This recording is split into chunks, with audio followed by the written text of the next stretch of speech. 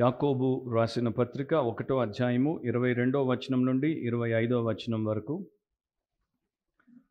James chapter 1 versus 22 through 25. యాకోబు రాసిన పత్రిక 1వ అధ్యాయము 22 నుండి 25వ వచనం వరకు నేను చదువుతాను, మీరు మీ బైబిల్లో గమనించండి. మీరు వినువారు మాత్రమై ఉండి మిమ్మల్ని మీరు మోసపుచ్చుకొనకుండా వాక్య ప్రకారం ప్రవర్తించువారునై ఉండుడి. ఎవడైనను వాక్యమును వినువాడై ఉండి దాని ప్రకారము ప్రవర్తింపని వాడైతే వాడు అద్దములో తన సహజ ముఖమును చూచుకొను మనుష్యుని పోలి ఉన్నాడు. వాడు తన్ను చూచుకొని అవతలికి పోయి తాను ఎట్టివాడో వెంటనే మర్చిపోవును గదా. అయితే స్వాతంత్రమునిచ్చు సంపూర్ణమైన నియమములో తేరి చూచి నిలుకడగా ఉండువాడెవడో వాడు విని మరచువాడు కాక క్రియను చేయువాడై ఉండి తన క్రియలో ధన్యుడగును. ప్రార్థనలో ఏకీభవించండి. పరిశుద్ధుడు అయిన దేవా, నీ వాక్యమును బట్టి నీ కృతజ్ఞతలు. నీ వాక్యంలో జీవం ఉంది. నీ వాక్యంలో మాకు కావలసినటువంటి జీవన సంబంధమైన జ్ఞానం ఉంది. అండ్ నీ వాక్యం ద్వారానే మాకు జీవితంలో అన్ని విషయాల్లో జయం లభిస్తుంది. కనుక నీ వాక్యానుసారంగా మేము బ్రతుకుటకు మాకు సహాయం చేయండి. మేము వాక్యమును విని మరువక, విని విడవక, విని విధేయత చూపు వారముగా బ్రతుకుట కృపదయ చేయమని యేసు పరిశుద్ధ నామమును అడిగి ప్రార్థిస్తున్నాం తండ్రి. ఆమేన్. కూర్చోండి. దేవుడి వాక్యాన్ని భయంతో, భక్తితో వినండి, శ్రద్ధతో, ఆసక్తితో వినండి. అండ్ మీ హృదయం తెరిచి, మీ కనులు తెరిచి, మీ బైబిల్ తెరిచి వినండి. ఈరోజు మన అంశం ఏంటంటే 2023 స్పిరిచువల్ రివ్యూ. 2023 spiritual review. 2023 ఆత్మీయ సమీక్ష. 2023 ఆత్మీయ సమీక్ష. ఇది ఈ సంవత్సరపు చివరి వారము. కనుక నేనేం చేయబోతున్నానంటే, ఈ సంవత్సరంలో 52 ఆదివారాల్లో నేను 46 ఆదివారాలు సందేశాలు ఇచ్చాను. సో కేవలం ఆ 46 ఆదివారాలు నేను ఇచ్చినటువంటి సందేశాలను మాత్రము నేను ఒకసారి రివ్యూ చేస్తాను, సమీక్షిస్తాను. మరలా ఇక్కడ సంఘ పెద్దలు ఇచ్చినటువంటి సందేశాలు, ఇతరులు ఇచ్చినటువంటి సందేశాలు, వివిధ కూడికల్లో మనం విన్నటువంటి వర్తమానాలు అవేవి కూడా ఈ సమయంలో మనము ప్రస్తావించబోవట్లేదు. జస్ట్ సంఘ కాపరిగా 46 వారాలు నేను ఇచ్చినటువంటి 46 సందేశాలు, వాటిని కూడా క్లుప్తంగా ఎక్కడ ఏది అవసరమో దాన్ని నేను కొంత చెప్తాను. మిగతావి జస్ట్ అట్లా జ్ఞాపకము చేసుకుంటూ వెళ్ళిపోతాను. రివ్యూ అంటే సింపుల్గా దాని అర్థం ఏంటంటే టు సీ అగైన్, మరలా చూచుట, తిరిగి చూచుట, లేకపోతే సమీక్షించుట, విచారించుట. మామూలుగా రివ్యూ అనేది అనేక రకాలుగా ప్రపంచంలో జరుగుతూ ఉంటుంది. మిలిటరీలో రెగ్యులర్గా రివ్యూ చేస్తారు. సైనికులకి తర్ఫీదునిచ్చినప్పుడు ఆ తర్ఫీదు ద్వారా వారు ఎంత నేర్చుకున్నారు, ఎంతగా వారు దాంట్లో రాణిస్తున్నారు అనేది సైనిక అధికారి వారి యొక్క ర్యాంక్ ప్రకారం నిలబెట్టి వారిని ఇన్స్పెక్ట్ చేస్తాడు, పరీక్షిస్తాడు. అండ్ రివ్యూ అనేది మన యొక్క జీవితానికి సంబంధించినటువంటి అనేక విషయాల్లో మనం రెగ్యులర్గా చూసేటువంటి విషయం. విద్యార్థులు కావచ్చు, ఉద్యోగులు కావచ్చు, వ్యాపారస్తులు కావచ్చు, ప్రభుత్వ అధికారులు కావచ్చు, రాజకీయ నాయకులు కావచ్చు, శాస్త్రవేత్తలు కావచ్చు, అందరూ కూడా రివ్యూ చేస్తారు.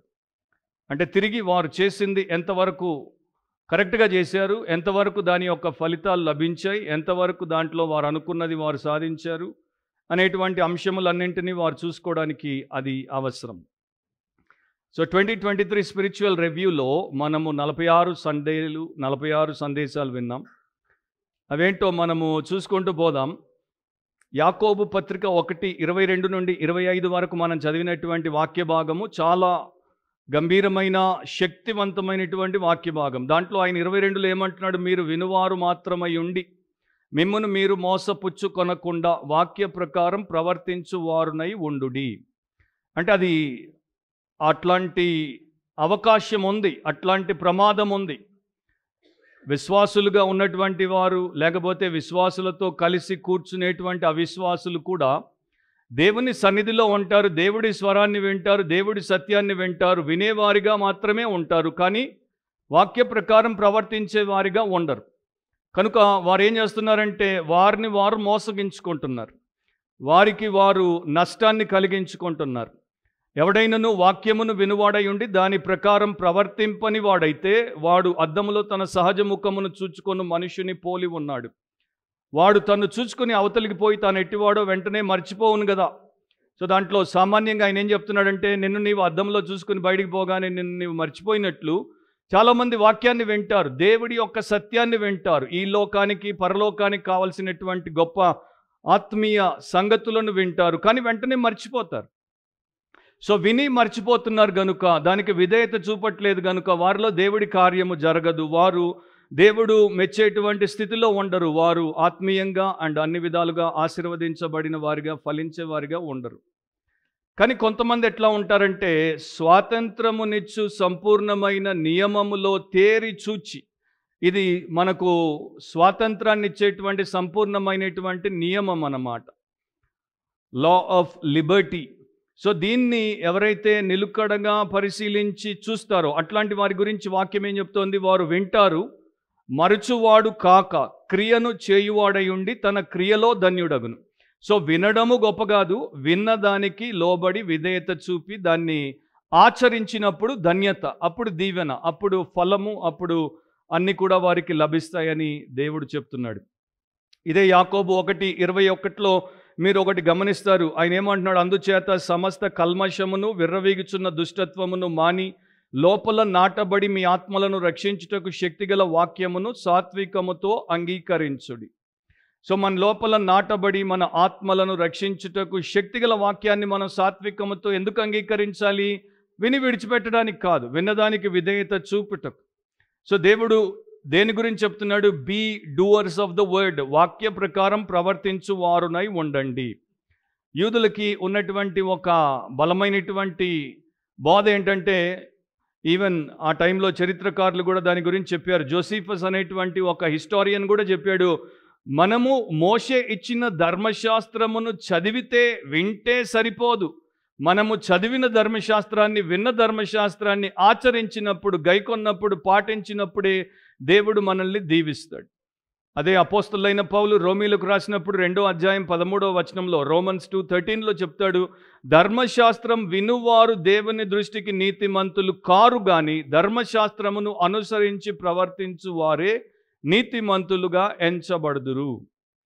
సో విని మరిచిపోయేవారే ఎక్కువ, విన్నదానికి మనసునిచ్చి దానికి లోబడి దాని ప్రకారం బ్రతికేటువంటి వారు, the perfect law of Liberty ప్రకారము, సంపూర్ణ నియమము, స్వాతంత్రమునిచ్చు నియమం ప్రకారం బ్రతికేటువంటి వారు కొంతమంది. సో మనం దాన్ని దృష్టిలో పెట్టుకుందాం అండ్ ఈ యొక్క రివ్యూ చేద్దాం, ఈ సమీక్షను చేద్దాం. ఒక పాపులర్ వయలినిస్ట్, ఆయన పేరు బెనో రూబినాఫ్. సో ఆయన ఒక ఇంటర్వ్యూలో అడిగారు, మీరు ఎప్పుడు ప్రాక్టీస్ చేస్తూ కనబడతారంటే ఆయన చెప్పాడు, నాకు కాన్సర్ట్ లేనప్పుడు రోజు నేను 8 గంటలు ఖచ్చితంగా ప్రాక్టీస్ చేస్తాను, కాన్సర్ట్ ఉన్నప్పుడు కూడా మధ్య మధ్యలో టైం దొరికినప్పుడల్లా నేను ప్రాక్టీస్ చేస్తాను. ఎందుకు అంత ప్రాక్టీస్ చేస్తారంటే, మరి పర్ఫెక్షన్లోనికి రావాలంటే ప్రాక్టీస్ అవసరము.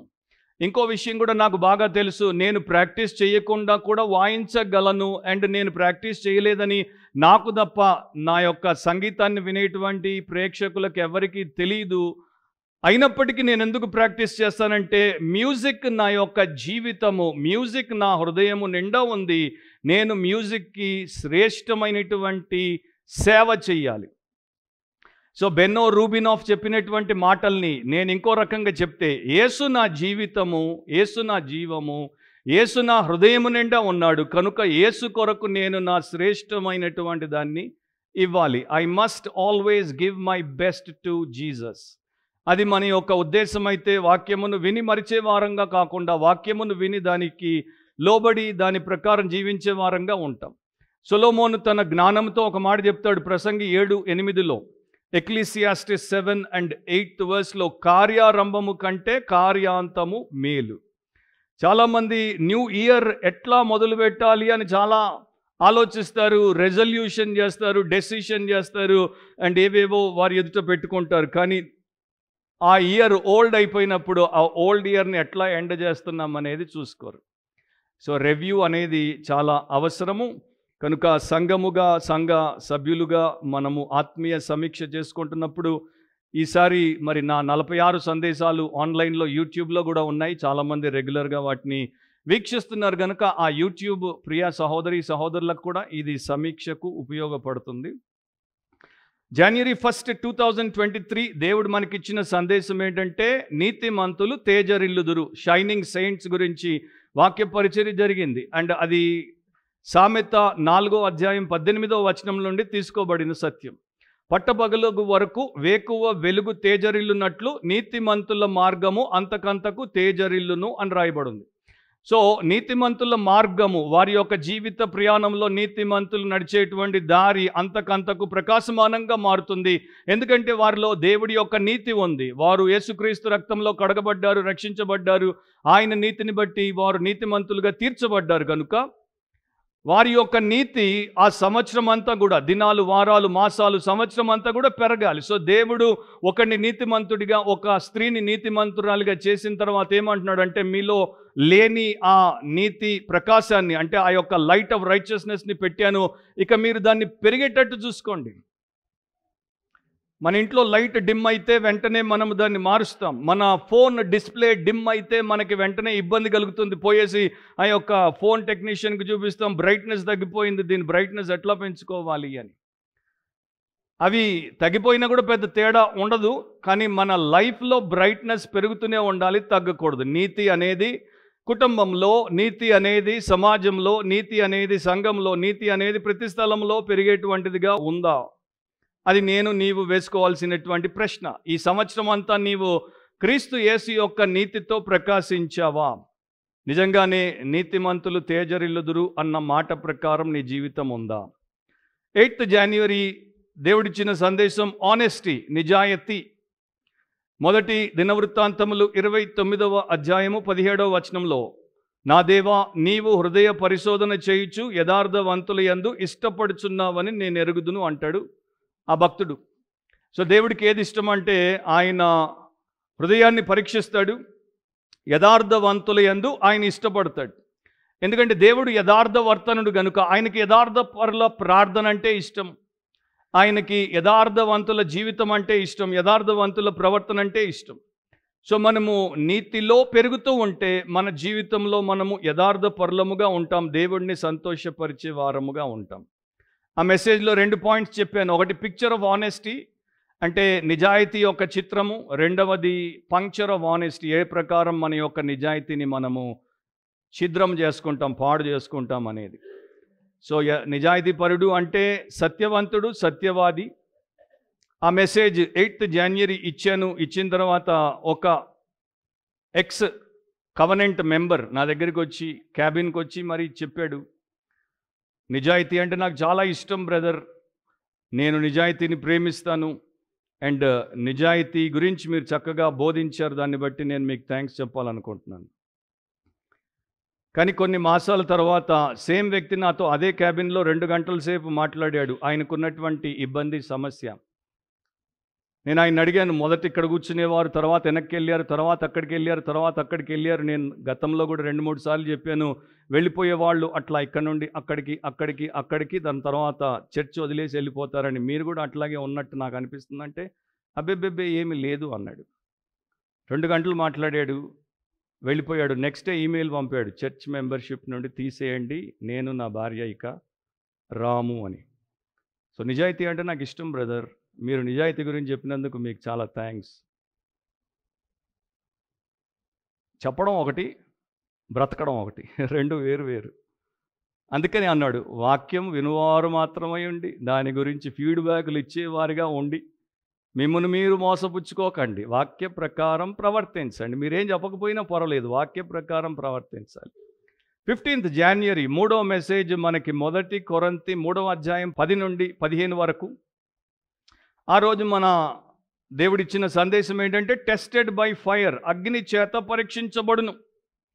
సో ప్రతి వ్యక్తి కూడా అగ్ని చేత, దేవుడి యొక్క అగ్ని చేత పరీక్షకు గురైనప్పుడు వారి యొక్క జీవితంలో ఉన్నటువంటి అసలు పరిస్థితి ఏంటో దేవుడు బయట పెడతానని చెప్తున్నాడు. సో దాంట్లో వచనాలు ఇట్లా రాయబడ్డాయి, ఎవడైనను ఈ పునాది మీద బంగారము, వెండి, వెలగల రాళ్ళు, కర్ర, గడ్డి, కొయ్యకాలు మొదలైన వాటితో కట్టిన యెడల వాని పని కనబడును. ఆ దినము దానిని తేటపరచును. ఇప్పుడు తెలియకపోవచ్చు ఎవరికి, కానీ ఆ రోజు దేవుడు పరీక్షించేటువంటి దినాన్న వాని లేక తెలుగులో స్త్రీ గురించి తెలుగులో వాడతారు ఆమె బదులు దాని అని కూడా నేను అనొచ్చు. దాని పని కనబడును. ఆ దినము దానిని తేటపరచును, అది అగ్ని చేత బయలుపరచబడును. మరియు వాని దాని పని ఎట్టిదో దానిని అగ్నియే పరీక్షించును.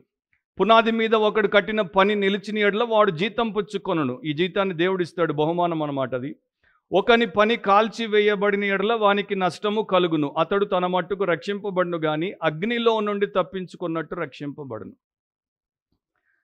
సో మనము నీతిలో పెరగకపోతే, మనలో నిజాయితీ లేకపోతే మనం ఈ టెస్ట్లో ఫెయిల్ అయిపోతాం, ఈ పరీక్షలో ఫెయిల్ అయిపోతాం, కాలిపోతాం, అన్నీ కాలిపోతాయి. రక్షణ లేని వారు నరకానికి పోతారు, నరక అగ్నికి పోతారు. రక్షించబడినటువంటి వారు రక్షించబడితే అగ్నిలో నుండి తప్పించుకున్నట్టు రక్షించబడతారు, కానీ వారికి ఇక దేవుడి ముందు సమర్పించుకోవడానికి, దేవుడి దగ్గర వారు ప్రతిఫలం పొందడానికి ఏమీ ఉండదు. సో ఇక్కడ మనం వేసుకోవాల్సిన ప్రశ్న ఏంటంటే, ఒకవేళ ఈ రోజే దేవుడు నన్ను ఈ అగ్ని పరీక్షకు గురి చేస్తే మనం సిద్ధంగా ఉన్నామా? మన యొక్క పనులు వెండి బంగారము వెలగల రాళ్ల వలె ఉన్నాయా? అగ్నిలో వేస్తే అవి కాలిపోవు, అవి బయటకు వస్తాయి. లేక మన పనులు కర్ర గడ్డి కొయ్యకాల్లాగా ఉన్నాయా? అట్లా ఉంటే మాత్రం అవి కాలిపోతాయి. సో ఈరోజే దేవుడు మనల్ని అగ్ని పరీక్షకు గురి చేస్తే మన విషయాలు కాలిపోతాయా, లేకపోతే బయటికి చక్కగా ఇంకా శుద్ధి చేయబడి వస్తాయా? ఎందుకంటే దేవుడు దహించు అగ్ని అని ఆయనే చెప్పాడు. 23 జనవరి పిక్చర్ ఆఫ్ హ్యుమానిటీ, మనుష్య జాతి చిత్రం గురించి చెప్పాను. రోమీలకు రాసిన పత్రిక 3వ అధ్యాయంలో 9 నుండి 24 వరకు. ముఖ్యంగా అదొక సువార్త సందేశం. లోకంలో ఉన్నటువంటి మానవుల్లో ఉన్నటువంటి పాపానికి మానవుల దగ్గర పరిష్కారం లేదు, రక్షణ దేవుడే ఇవ్వాలి. సో చాలామంది సంఘానికి వస్తారు, వారు మరి క్రైస్తవ కుటుంబంలో పుట్టారా పుట్టలేదా అనేది మనకి అనవసరం. ఎవరైనా సరే, ఎక్కడున్నా సరే, దేవుడు చెప్పేది ఏంటంటే ప్రతి మనిషి పాపి అండ్ ప్రతి పాపి రక్షించబడాలి, పాపం క్షమించబడాలి, ఆత్మ రక్షించబడి నూతన సృష్టిగా చేయబడాలి. వారు తిరిగి దేవుడి యొక్క సంబంధములోనికి రావాలి. లేకపోతే వారందరూ కూడా ఆ పాపం చేత మోసగించబడ్డారు, పాపం చేత మలినమైపోయారు, అండ్ పాపము వారిని మరణానికి తీసుకుపోతుంది. కనుక అది మనుష్య జాతి చిత్రం అని మనం చూసాం. అది సంఘానికి వచ్చి రక్షించబడినటువంటి వారికి ఆలోచన కలిగించాల్సింది. కానీ ఇంక కొంతమంది మరి నేను 23 జనవరిని ఇచ్చిన మెసేజ్ వారు విని కూడా ఇంకా 31 డిసెంబర్కి ఇంకా రక్షించబడలేదు, విని విధేయత చూపలేదు అని దాని అర్థం. 5 ఫిబ్రవరి నుండి మనము 1 తిమోతి వచనం వెంబడి వచనం వివరణ గురించి దేవుడు ఇచ్చిన నడిపింపుని బట్టి మొదలుపెట్టాం. 1 తిమోతి ఎక్స్పోజిషన్. సో ఆ రోజు నేను మొదటి సందేశం ఇచ్చాను, గాడ్స్ అపాసల్ అని, దేవుని అపోస్తలుడు. 1 తిమోతి 1వ అధ్యాయం 1-2 వచనాల్లో మన రక్షకుడైన దేవుని యొక్కయు మన నిరీక్షణ అయిన క్రీస్తు యేసు యొక్కయు ఆజ్ఞ ప్రకారం క్రీస్తు యేసు యొక్క అపోస్తలుడైన పౌలు. ఇక్కడ ఒక మాట నేను చెప్తాను, ఆయన ఎంత చక్కగా తన గురించి చెప్తాడు చూడండి. రక్షకుడైన దేవుడు, నిరీక్షణ అయిన క్రీస్తు యేసు యొక్క ఆజ్ఞ ప్రకారం క్రీస్తు యేసు యొక్క అపోస్తలుడు. సో నిజ సేవకుడు అని నేను చెప్పాను ఆ రోజున. ట్రూ సర్వెంట్, నిజమైన సేవకుడు, దేవుడి చేత పంపబడినటువంటి, దేవుడి చేత ప్రతిష్ఠింపబడినటువంటి సేవకుడు అపోస్తలుడైనటువంటి పౌలు. సో ఈ రోజున పౌలుకున్నటువంటి సాక్ష్యము 100లో చాలా మందికి లేదు. ఎందుకంటే వారు దేవుడి చేత పంపబడలేదు, వారు నిజమైన దైవ సేవకులు కారు. అండ్ ఈ రోజున మనము ఒక విశ్వాసిగా, ఒక మనిషిగా ఎవరు దైవ సేవకులు కారు అనేది తెలుసుకోవడం కూడా మనకి అవసరం. అందుకే దేవుడు దాన్ని మనకి చూపిస్తున్నాడు. బైబిల్ పట్టుకొని వచ్చేవారు బోధకులు, కొంత మంచిగా బోధించేవారు, లేకపోతే పేరు వచ్చినటువంటి బోధకులు, చాలామంది సభలకు వస్తే ఆ బోధకులు, ఎక్కువ మరి వ్యూస్ ఉంటే ఆ బోధకులు, పెద్ద చర్చ్ ఉంటే ఆ బోధకులు కరెక్ట్ బోధకులు అనుకోకూడదు. ఈ ప్రకారం దేవుడి అపోస్తలుడా, అపోస్తల్ అంటే ద సెంట్ వన్, పంపబడిన వాడు, దేవుడి చేత పంపబడిన వాడేనా అనేది చూసుకోవడం చాలా అవసరం. 12 ఫిబ్రవరి దాంట్లోనే 2వ భాగం తిమోతి ఎక్స్పోజిషన్లో 2వ మెసేజ్ మనం విన్నాం, teaching contrary to the truth. 1 Timothy 1:3 నుండి 7 వరకు ఆ భాగంలో ఉన్నటువంటి సత్యాన్ని ఆ రోజు మనం విన్నాం. ఆ అంశం ఏంటంటే సత్యమునకు భిన్నమైన బోధ. సో నిజమైన దేవుడి సేవకుడు కాకపోయిన ప్రతివాడు సత్యమునకు భిన్నమైన బోధనే చేస్తాడు. టీచింగ్ కాంట్రరీ టు ద ట్రూతే ఉంటుంది, ఎందుకంటే is not a true servant of God. And పౌలు అంటాడు, సత్యమునకు భిన్నమైన బోధ చేయవద్దనియు, కల్పన కథలను, మితము లేని వంశావళులను, విశ్వాస సంబంధమైన దేవుని ఏర్పాటుతో కాక వివాదములతోనే సంబంధము కలిగి ఉన్నవి గనుక వాటిని లక్ష్య పెట్టవద్దనియు కొందరికి ఆజ్ఞాపించుటకు నీవు ఎఫెసులో నిలిచి ఉండవలనని నిన్ను హెచ్చరించిన ప్రకారం ఇప్పుడును హెచ్చరించుచున్నాను. అంటే డబుల్ వార్నింగ్ ఇచ్చాడు తిమోతికి పౌలు. అండ్ ఈ రోజున ఎవరైనా సేవకులు అబద్ధికుల గురించి మాట్లాడినప్పుడు, లేకపోతే వారిని ఎక్స్పోజ్ చేసినప్పుడు, వారి కింద ఉన్నటువంటి వారి అనుచరులు, వారి యొక్క అభిమానులు ఈ అబద్ధికుల కన్నా ఎక్కువ రెచ్చిపోతారు. అది ఒక చాలా దారుణమైన విషయం, కానీ అది మనం ప్రపంచంలో చూస్తున్నాం. మనం విశ్వాసంలో ఉన్నవారం గమనించాల్సింది, సత్యానికి భిన్నమైన బోధ ఉంది, కల్పనా కథలు, మితం లేని వంశావళులు చాలా మట్టుకు విశ్వాస సంబంధమైన దేవుని ఏర్పాటుతో సంబంధము లేనివి. సో మనం ఏం చేయాలంటే, ఉపదేశ సారం మీదనగా పవిత్ర హృదయం నుండి, మంచి మనసాక్షి నుండి, నిష్కపటమైన విశ్వాసం నుండి కలుగు ప్రేమ. నీవు ఏ చర్చ్ మెంబర్ అయినా, నీవు ఏ ప్రీచర్ బోధ విన్నా, దేవుడు కోరినటువంటి ఆ యొక్క ఉద్దేశం నెరవేరుతుందా, నీకు పవిత్ర హృదయము కలుగుతోందా, నీకు మంచి మనస్సాక్షి కలుగుతోందా, అండ్ నీలో నిష్కపటమైన విశ్వాసం ఉందా, ఈ మూడు నీ నుండి ప్రేమను, దేవుడి యొక్క అగపే ప్రేమను ఉత్పత్తి చేస్తున్నాయా, అది నీకు ఒక స్టాండర్డ్ అన్నమాట. అట్లా ఉంటే you are right before God. టన్నుల కొద్దీ మనకి ఫాల్స్ టీచింగ్, అబద్ధ బోధ ఉంది, మతభేదం, హెరసీ ఉంది, ఆన్ గ్రౌండ్ ఉంది, ఆన్లైన్ ఉంది, అంటే ఆఫ్లైన్ ఆన్లైన్లో ఉంది. సో జాగ్రత్తగా ఉండకపోతే చాలా ఈజీగా మనం మోసపోతాం. అండ్ నేను రెగ్యులర్గా వింటుంటాను కనుక ఎంతోమంది నాకు కొన్ని పంపిస్తుంటారు అండ్ అడుగుతుంటారు, ఇది నిజమా, ఇది తప్ప, ఇది వాక్యానుసారంగా కాదా. అండ్ చాలామందిలో నేను గమనించింది ఏంటంటే, ఈధర్ వారిలో క్యూరియాసిటీ ఎక్కువ, సత్యబోధన వినడానికి వారికి టైం లేదు. మంచి బోధకుల బోధలు వారు వినరు, బోర్ అంటారు. కానీ వారి యొక్క హృదయానికి, ఆత్మకు అండ్ వారి యొక్క మైండ్కి బోర్ కొట్టే, చిల్లు పెట్టేటువంటి వారి బోధలు, చెత్త చిల్లర బోధలు వింటుంటారు. అది క్యూరియాసిటీ లేకపోతే కార్నాలిటీ, ఆ రెండు కూడా వారిని నాశనం చేస్తాయి. అనుకోవద్దు, మేము ప్రతి వారము మా చర్చికి వెళ్ళి ప్యూర్ మిల్క్ తాగుతున్నాం, కానీ మధ్య మధ్యలో అవి పాయిజన్ కూడా మీరు తీసుకుంటున్నారు, చచ్చిపోతారు. ప్యూర్ మిల్క్ మీకు ప్రాణాలు కాపాడేటువంటిదిగా ఉండదు. పాయిజన్ 4 బొట్లు మీరు వేసుకున్నా కూడా, ప్యూర్ మిల్క్ 3 లీటర్లు తాగి 4 బొట్లు పాయిజన్ వేసుకున్నా కూడా చచ్చిపోతారు. అందుకనే దేవుడు కాపర్లను పెట్టాడు, ఏం తాగుతున్నా, ఏం తింటున్నా ఈ గొర్రెలు చూసుకోమనేసి. కానీ గొర్రెకి తెలియదు ఏమైనా తింటుంది, ఏమైనా తాగుతుంది. 19 ఫిబ్రవరి మనము the law and the gospel, ధర్మశాస్త్రం మరియు సువార్త అనేటువంటి సందేశాన్ని విన్నాం. 1 తిమోతి 1:8 నుండి 11 వరకు. చాలామంది క్రైస్తవులకి ధర్మశాస్త్రానికి సువార్తకి మధ్యలో ఉన్నటువంటి వ్యత్యాసం ఏంటి, ఈ రెండు చేసేటువంటి కార్యములేంటి తెలియదు. మనకి తెలిసి మనము సక్రమంగా సమర్థవంతంగా జీవించుట దేవుడి చిత్తం కనుక మనకి నేర్పించాడు, వాక్యంలో దాన్ని రాయించాడు. సో ఆ రోజు నేను 2 పాయింట్స్ చెప్పాను. The law is good but the gospel is glorious. ధర్మశాస్త్రం మంచిది, అదేం మంచి చేస్తుంది, ఎంత మేరకు చేస్తుంది. ఎందుకంటే లాకి లిమిటేషన్స్ ఉన్నాయి, గ్రేస్ అన్లిమిటెడ్, కృపకి పరిధులు లేవు. సో అది మనకి తెలిస్తే మనము ధర్మశాస్త్రం ప్రకారం బ్రతికేటువంటి లీగలిస్టులుగా ఉన్నామా, లేకపోతే కృప చొప్పున బ్రతికేటువంటి గ్రేస్ ఫీల్డ్ బిలీవర్స్గా ఉన్నామా మనకి తెలిసి వస్తుంది. ఇతరులకి మనం సహాయం చేయగలుగుతాం. 26 ఫిబ్రవరిన నెక్స్ట్ మెసేజ్ విన్నా. 1 తిమోతిలోనే 1వ అధ్యాయం 12 నుండి 17 వరకు. పాపుల్లో ప్రధానుడు అనేది అంశము. సో అపోస్తులైన పౌలు 15వ వచనంలో చెప్తాడు, పాపులను రక్షించడం క్రీస్తు యేసు లోకంలోనికి వచ్చాడు, అట్టి వారిలో నేను ప్రధానుడను.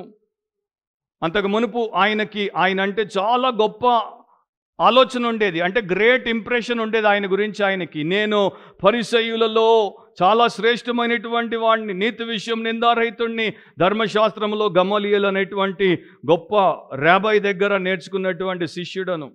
గర్వించేవాడు అపోస్తలుడైనటువంటి పౌలు తన వంశం గురించి, తనకున్నటువంటి విద్య గురించి, తనకున్నటువంటి ఆ యొక్క విశ్వాసంలో నిష్ణాతుడు గనుక వాటి గురించి గర్వించేవాడు. కానీ ఎప్పుడైతే యేసుని ఎదుర్కొన్నాడో, ఎప్పుడైతే యేసుక్రీస్తు యొక్క ప్రకాశమానమైనటువంటి పరిశుద్ధతలో తను తాను చూసుకున్నాడో అర్థమైపోయింది, నేను పాపులలో ప్రధానుడను.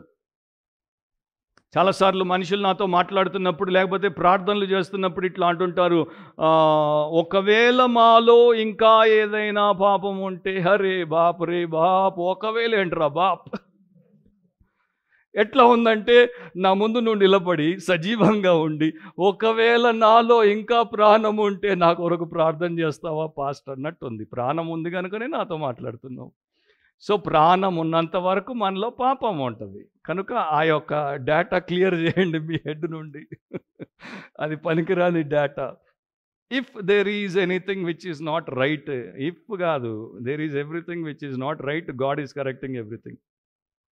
సో పాల్ చెప్పింది ఆ రోజు నేను చెప్పాను, అందరిలోకెల్లా నేను ప్రధాని అన్నప్పుడు నా ప్రార్థన ఎట్లా ఉంటుందంటే, దేవా ప్రతిరోజు నేను ఈ ప్రార్థన చేస్తాను, నేను అందరిలోకెల్లా అధముణ్ణి, పాపుల్లో ప్రథముణ్ణి, అత్యంత హేయుణ్ణి, దరిద్రుణ్ణి, దుష్టుణ్ణి, దీనుణ్ణి, అండ్ నన్ను నీవు రక్షించావు ద్రోహిని, నాకు నీ కృప చూపించినందుకు నీ కృతజ్ఞత. That is my prayer every day.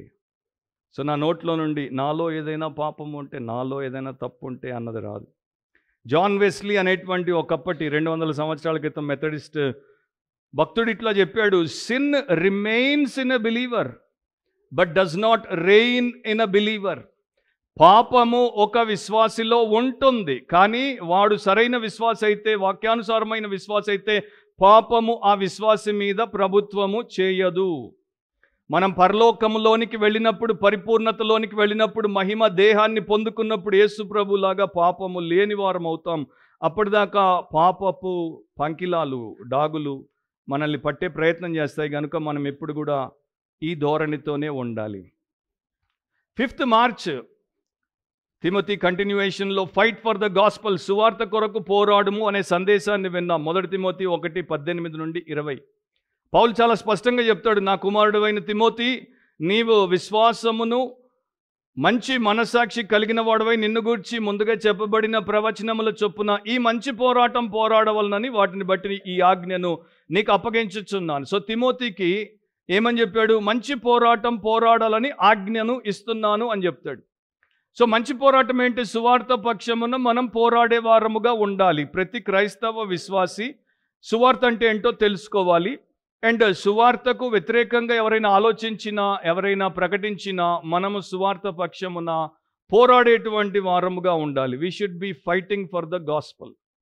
కానీ చాలామందికి క్రిస్టియానిటీలో వారి ఫోకస్ అది కాదు, ఫైట్ ఫర్ ద గాస్పల్ కాదు. సువార్త కొరకు పోరాడాలి, సువార్తలో ఉన్నటువంటి ఆ యొక్క పవిత్రతను కాపాడాలి అని వారు కోరుకోరు. కానీ వారు వేరే విషయాల కొరకు పోరాడతారు. వారి కొరకు వారు పోరాడతారు, వారి హక్కుల కొరకు వారు పోరాడతారు, వారికి రావాల్సినటువంటి విషయాల కొరకు వారు పోరాడతారు. మార్క్ తక్కువ వస్తే మళ్ళీ వెంటనే పోయి రీఇవాల్యుయేషన్ పెడతారు, పోరాడతారు. ప్రమోషన్ రాకపోతే బాస్ దగ్గరికి పోయి పోరాడతారు. ఇతరుల మీద వారు పై చేయి కలిగి ఉండడానికి పోరాడతారు. చిన్న చిన్న చిల్లర విషయాల కొరకు పోరాడతారు. కానీ ఒక మహిమ సువార్త, గ్లోరియస్ గాస్పల్ గురించి పోరాడాల్సిన బాధ్యత, ఆజ్ఞ ఉందనేది మర్చిపోతారు. దీనికోసం మనం పోరాడితే మన లైఫ్లో అనవసరమైన పోరాటాల నుండి మనకు దేవుడు మినహాయింపునిస్తాడు. 12 మార్చున మనం విన్నాము 5వ భాగం, 1 తిమోతి 2:1-7 వరకు, నశించే లోకము కొరకు ప్రార్థించు. సో లోకం నాశనం అయిపోతుంది. 800 కోట్ల మంది ప్రజలున్నారు. అందరిలో ఎక్కువ శాతము నరకపు అంచుల్లో వ్రేలాడుతున్నారు. వారిని వారు రక్షించుకోలేరు. వారి రక్షణ మన బాధ్యత. మనం వారికి సువార్త చెప్పాలి అండ్ మనం వారి కోసం ప్రార్థన చేయాలి. సో దాంట్లో మనం ఆ పని చేస్తే మనకు కూడా దేవుడు క్షేమం చేస్తానన్నాడు. ఆ మాటలు ఇట్లా ఉన్నాయి, మనము సంపూర్ణ భక్తియు మాన్యతయు కలిగి నెమ్మదిగాను సుఖముగాను బ్రతుకు నిమిత్తం, అన్నిటికంటే ముఖ్యముగా మనుషులందరి కొరకును, రాజుల కొరకును, అధికారులందరి కొరకును విజ్ఞాపనలను, ప్రార్థనలను, యాచనలను, కృతజ్ఞతాస్తుతులను చేయవలనని హెచ్చరించుచున్నాను. సో మనము మనుషులందరి రక్షణ కొరకు ప్రార్థన చేస్తే, రాజులు అంటే మన పాలకులు, అధికారులు, వారి కింద ఉండి అంతా చేసేవారు, నిర్వహించేవారు, వారి కొరకు విజ్ఞాపన, ప్రార్థన, యాచన, కృతజ్ఞతాస్తుతులు చేస్తే దేవుడు ఏం చేస్తాడు? వారిలో రక్షణ కార్యం చేస్తాడు. రెండవది, మనం సంపూర్ణ భక్తి మాన్యత కలిగి నెమ్మదిగా సుఖముగా బ్రతికేందుకు అవకాశాన్ని కల్పిస్తాడు. దీన్ని చాలామంది చేయరు, రెగ్యులర్గా చేయరు. ఎందుకు చెయ్యరు అంటే, ఒకటి, వారిలో నశించే వారి పట్ల దర్శనం లేదు గనుక. 2, వారికి నశించిపోయేటువంటి వారి పట్ల భారం లేదు గనుక. 3, వారికి నశించేటువంటి వారు బొత్తిగా జ్ఞాపకానికి రారు కనుక. సో అందుకని చాలామంది నశించే లోకము కొరకు ప్రార్థన చెయ్యరు. మనం ప్రార్థన చేస్తే చాలామంది రక్షించబడతారు. సంఘమంతా ప్రార్థన చేస్తే, ఆసక్తితో ప్రార్థన చేస్తే దేవుడు పేతురుని చెరసాలలో నుండి బయటికి తీసుకుని వచ్చాడు. అట్లాగే చాలామంది పాపపు చెర నుండి విడుదల అవుతారు. కానీ మనం అది చెయ్యాలి. 19 మార్చ్ సంఘములో స్త్రీ పురుషుల ప్రవర్తన, 1 తిమోతి 2:8 నుండి 10 వరకు. సో సంఘంలో ఉన్నటువంటి రక్షించబడినటువంటి స్త్రీలు ఎట్లా, పురుషులు ఎట్లా ప్రవర్తించాలో దేవుడు చక్కగా చెప్పాడు. కావున ప్రతి స్థలమందును పురుషులు కోపమును సంశయమును లేనివారై. పురుషులకు ఉండకూడనివి ఏంటంటే కోపం ఉండకూడదు, సంశయం అంటే డౌట్ లేకపోతే సందేహం ఉండకూడదు. అండ్ వారిలో ఉండాల్సింది ఏంటి? పవిత్రమైన చేతులెత్తి ప్రార్థన చేయాలని కోరుతున్నాడు. సో ఇది ఈ 2 లక్షణాలు అవలక్షణాలు. మనకి కోపం ఉంటే మనం ప్రార్థన చేయం, మనకి డౌట్ ఉంటే మనం ప్రార్థన చేయం. సో కోపాన్ని అండ్ ఈ యొక్క డౌట్లను తొలగించేసి పవిత్రమైన చేతులెత్తి ప్రార్థన చేయాలి. ఇది పురుషులు స్త్రీలు అందరూ చేయొచ్చు, అందరూ చేయాలి. స్త్రీలకు ఏం చెప్పాడు? మరియు స్త్రీలను అనుక్కువయు స్వస్థబుద్ధియు గలవారై ఉండి తగుమాత్రపు వస్త్రముల చేతనే గాని జడలతోనైనను బంగారముతోనైనను ముత్యములతోనైనను మిగుల వెలగల వస్త్రములతోనైనను అలంకరించుకొనక. వేటితో మీరు అలంకరించుకోకూడదు ప్రధానంగా, అండ్ ఏది మీకు అలంకరణగా ఉండాలనేది స్త్రీలకు చెప్పాడు. దైవభక్తి గలవారమని చెప్పుకొని స్త్రీలకు తగినట్టుగా సత్క్రియల చేత తమను తాము అలంకరించుకొనవలెను. దాని అర్థం ఏంటంటే, ఓ స్త్రీ బంగారం పెట్టుకోవద్దు, కనీసం 2-3 కూడా పెట్టుకోవద్దు, ముత్యం పెట్టుకోవద్దు, కొంత ఖరీదైన వస్త్రం కట్టుకోవద్దని కాదు. నీ యొక్క ప్రైమరీ ఫోకస్ ఈ రోజు ఉండి రేపు పోయే వాటి మీద కాదు, పోకుండా నిత్యం ఉండే వాటి మీద ఉండాలి అని చెప్తున్నాడు. అదేంటంటే దైవభక్తి కలిగిన స్త్రీ తగినట్టు సత్క్రియల చేత తమను తాము అలంకరించుకోవాలి. సో దీంట్లో ఎంత మట్టుకు మన సంఘస్థులు, వారిని నేను చూస్తుంటాను, మిగతా వారిని నేను చూడలేను, యూట్యూబ్ సబ్స్క్రైబర్లని, ఎంత మట్టుకు నేర్చుకున్నారు, ఎంత మట్టుకు నడుచుకుంటున్నారో జవాబు ఇవ్వాలి. నాకు ఆశ్చర్యం ఏంటంటే, నేను స్త్రీల బంగారం కొంతమందిది తగ్గడం చూశాను, కొందరు ఖరీదైన వస్త్రాలు తగ్గించడం చూశాను. కానీ నేను ఇంకో విచిత్రం కూడా చూశాను. మన చర్చిలోనే పురుషులు మెడలో గోల్డ్ చైన్లు వేసుకోవడం. ఇక నేనేం చెప్పాలి? అతిగా ఏది చేయకూడదు, అట్లాగనేసి బొత్తిగా కూడా తీసేయకూడదు. ఎందుకంటే నేను లీగలిజం గురించి అప్పుడప్పుడు మాట్లాడుతుంటాను. లీగలిజం అంటే జస్ట్ వాక్యం ప్రకారం కాకుండా వారు అనుకున్నటువంటి విషయమును దేవుడి ఆజ్ఞలోనికి పెట్టేసి దాని ప్రకారం బ్రతికి దేవుడు మెచ్చుకుంటాడు అనుకునేవారు. సో ఒకసారి 2 అమ్మాయిలు, వారు పెరిగినటువంటి చర్చ్లో ఎప్పుడు వారు హెయిర్ కట్ చేయకూడదు, స్త్రీ తన జుట్టును కత్తిరించుకోకూడదు, పెంచుకుంటూనే ఉండాలి. ఆమె కన్నా అది పొడవైపోయినా కూడా పెంచుకునే ఉండాలి. సో వీళ్ళిద్దరూ పాపం నాలాంటి బోధకుడి బోధ విని పోయి వారు హెయిర్ సలూన్లో కటింగ్ చేసుకుంటుంటే అప్పుడే వారి యొక్క సంఘ పెద్ద వచ్చాడు.